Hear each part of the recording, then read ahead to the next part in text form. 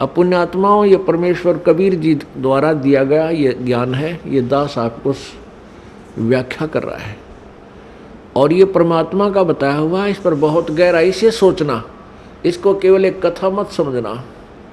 ये 100% सत्य, ये सत्य कथा है, केवल इसको दंत कथा मत मान लेना। जितना भी आप इस ज्ञान को समझते चले जाओगे उतना ही आप गहराई से चिंतन करने में को विवश हो जाओगे। अब जैसे कसाई बकरे पालता है,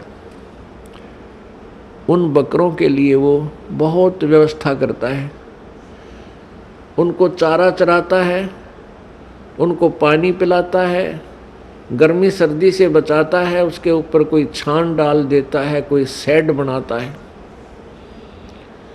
तो अबोध बकरे बकरियां उस कसाई को अपना एक अच्छा मालिक मानते हैं, दयालु मालिक मानते हैं। किस दृष्टिकोण से? कि ये हमारी कितनी केयर टेक करता है, कितनी देखभाल कर रहा है, पानी पिलाता है, चारा चराता है, तालाब बना रखा है, किधर चरागा बना रखे हैं, चारों तरफ बाड़ लगा रखी है, कोई हिंसक पशु आकर इनको खा ना जाए, रोक रखे हैं। अब वो इसी कारण से उस कसाई को अपना दयालु मालिक मानते हैं। और जब वो कसाई उन बकरों के उस बाड़े में जाता है, स्थान पर जाता है, तो बकरे उस मालिक को एक दयालु मालिक मानकर उस व्यक्ति को उसकी तरफ भाग लेते हैं प्यार देने के लिए। कोई उसके ऊपर पैर डालकर प्यार देना चाहता है, कोई जीभ से चाटता है, और वो कसाई उनको ऐसे हाथ पकड़कर देखता है और बकरे उसकी बाजू को अपनी जिह्वा से प्यार देते हैं, चाटते हैं, जैसे बहुत लाड करया करें। और वो कसाई देख रहा होता है कि यूँ कितने किलो का बिकेगा, कितना मांस हो गया इनमें, वो ऐसे देखता उनको और वो सोचते हैं कि ये हमारा दयालु मित्र में प्यार कर रहा है, हमारा मालिक है। पुण्यात्माओं, जैसे हम यहाँ देखते हैं कितनी विस्तृत भूमि है, इसके ऊपर कितने अच्छे बाग बगीचे, फलदार वृक्ष, काजू किस्में, सेब संतरे, और कितने अच्छे शीतल और स्वादिष्ट मधु जल की दरियाँ बह रही हैं। जमीन के नीचे कितना एयर कंडीशन ला रखा है, गर्मियों में ठंडा जल और सर्दियों में गर्म। अब ये और कितनी अच्छी हवा चल रही है, सूरज दिन रात बन रहे हैं, सूर्य उदय हो रहा है, अस्त हो रहा है। इस व्यवस्था को देखते हैं तो ऐसा लगता है जैसे ये तो भगवान ने पढ़ा है, कितना अच्छा भगवान है, कितनी हमारी सुनियोजित, हमें कितना अच्छा आहार दिया है, कितना अच्छा हमारे रहने की व्यवस्था की है। और जब हम देखते हैं किसी का बेटा मर गया, किसी की बेटी मर गई, किसी का परिवार नाश हो गया, किसी का दो मर गए एक परिवार में, तो उस समय हमें कभी ये नहीं आता यूं क्यों हो रहा है, ये जुल्म क्यों हो रहा है, ये हमारी बुद्धि में कभी नहीं आया। अब आने लगा जो भगवान ने हमारी ये मोतियाबिंद का ऑपरेशन कर दिया। कबीर परमेश्वर जी के ज्ञान से, इस तत्व ज्ञान से हमारे जो अज्ञान रूपी मोतियाबिंद था आँखों पर, इसका ऑपरेशन हो गया। अब हमें स्पष्ट दिखाई देता है युग के कारण है यहाँ पर इतनी व्यवस्था करने का।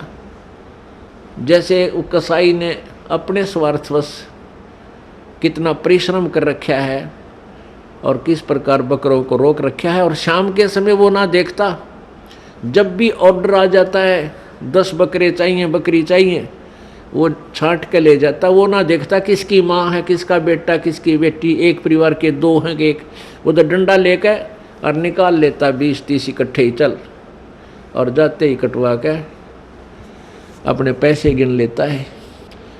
ठीक इसी प्रकार ये यहाँ का भगवान है जिसको ब्रह्म बोलते हैं, ज्योति निरंजन कहते हैं। और अभी तक ये ऋषि महर्षि संत इस ब्रह्म की साधना के लिए ही हमें प्रेरित करते रहे। और इस ब्रह्म के 3 पुत्र हैं ज्योति निरंजन के, रजगुण ब्रह्मा जी, सतगुण विष्णु जी, तमगुण शिव जी। और इस ज्योति निरंजन ब्रह्म की पत्नी है दुर्गा, और श्री ब्रह्मा विष्णु महेश जी की ये माता है दुर्गा।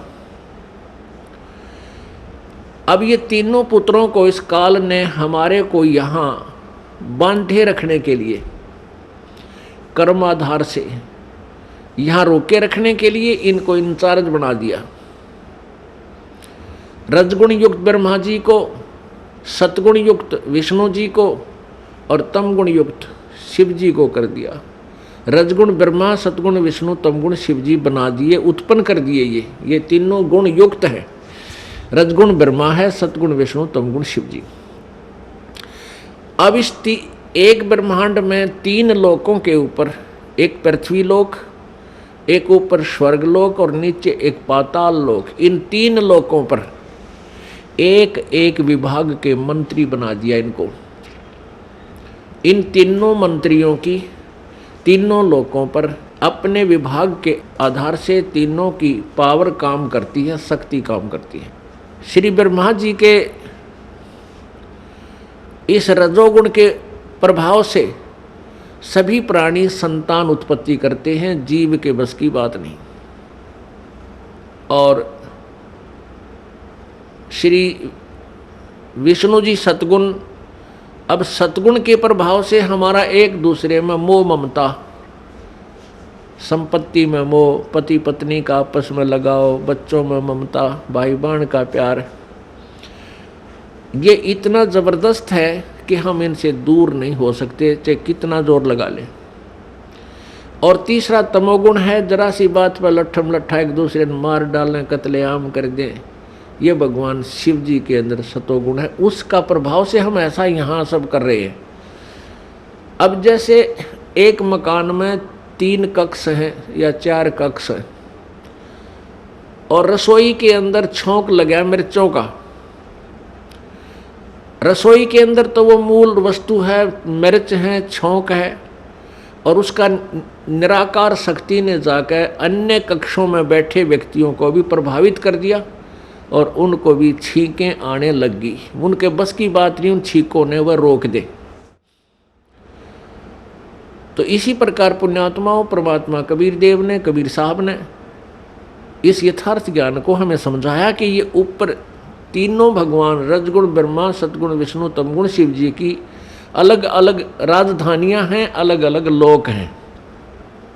वो अपनी राजधानी में बैठकर, अपने लोक में बैठ कर के वहाँ से सबको कंट्रोल करते हैं, और उनके शरीर से निकल रही वो निराकार शक्ति, जैसे ब्रह्मा जी से रजगुण शक्ति और विष्णु जी से सतगुण और शिव जी से तमगुण, वो शक्ति, वो जैसे छौंक वाली निराकार जो प्रभाव शक्ति, उनकी वो आकर के हम सभी 3 लोक के प्राणियों को अपने हिसाब से प्रभावित किए हुए, हमारे बस की बात नहीं, ये जीव के बस की बात नहीं। इसके लिए ये ऐसा क्यों किया है कि काल को 1 लाख मानव शरीरधारी प्राणी प्रतिदिन खाने को चाहिए, और उसके कारण हम यहाँ संतान उत्पत्ति करते हैं। प्रत्येक प्राणी संतान उत्पत्ति करता है, और फिर ममता आपस में, आपने देखी होगी बंदरिया अपने बच्चे को सीने से लगाई फिरती है। चिड़िया देखी होगी आपने, ये पक्षी देखे हैं, अपने मुख में आहार लाते हैं कहीं से और घोंसले में बैठे अपने बच्चों को आकर खिलाते हैं। आप बाद में खाते हैं, पहले उनको छिकाकर फिर जाते हैं। कितना प्यार है। वो बच्चे कौन से उनके बुढ़ापे में उंगली पकड़ेंगे उन पक्षियों की। चलो हम तो सोचा हम एक बार बुढ़ापे में सेवा कर देंगे, बच्चे इसलिए हम पैदा कर रहे हैं, इनको इसलिए पाल रहे हैं, नहीं। बुढ़ापे में तो परमात्मा की भक्ति ही हमें सहारा देगी। तब जब वह बात बनेगी। अरे कलयुग के पुत्र तय तो अपने बेराजी सी सेवा करेंगे और कैसी कर रहे हैं ये आपको खूब विदित है। तो ये सब कारण क्या है, काल ने हमें यहाँ बाई फोर्स और धोखा देकर हमें यहाँ पर रखा हुआ है। अब ये कितना सुंदर शरीर हमें नजर आता है अपना, अपने शरीर की रक्षा के लिए, इसमें कोई बीमारी हो जाए या सर्दी से बचाने के लिए कितनी व्यवस्था करते हैं, और इसको बनाए रखने के लिए, जीवित रखने के लिए, इसी के लिए हम सारा दिन लगे रहें पेट भरने की खातिर। और ये क्या है, ये काल का सुनियोजित एक जाल है, षड्यंत्र है। उसके द्वारा दिया गया हमारे को मिट्टी का खिलौना है।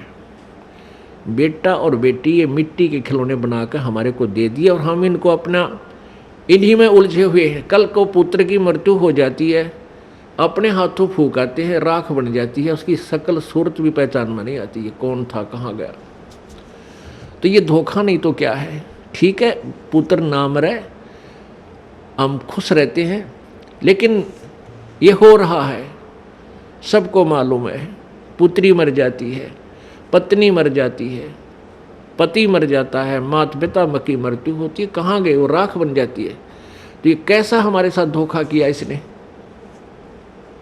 हमारी इतनी बुद्धि छोड़ रखी है इस काल भगवान ने। जैसे भैंस का बच्चा मर जाता है, व्यापारी लोग क्या करते हैं, उस बच्चे के ऊपर की चाम को उतार लेते हैं, उतरवा लेते हैं किसी बनाने वाले से, और उसमें भूस भरवा देते हैं, और ऊपर से सिलाई करके एक पूछड़ लटकती रह जाती है उसकी दूम, और उसको उस भैंस के सामने लाकर टांग देते हैं। वह भैंस उसको अपना बच्चा मानती है, और उसको उठाकर जब चलता है तो वह भैंस उसके पीछे पीछे ऐ करती हुई और भागती रहती है। जहाँ उसको रख देता है वहीं खड़ी हो जाती है।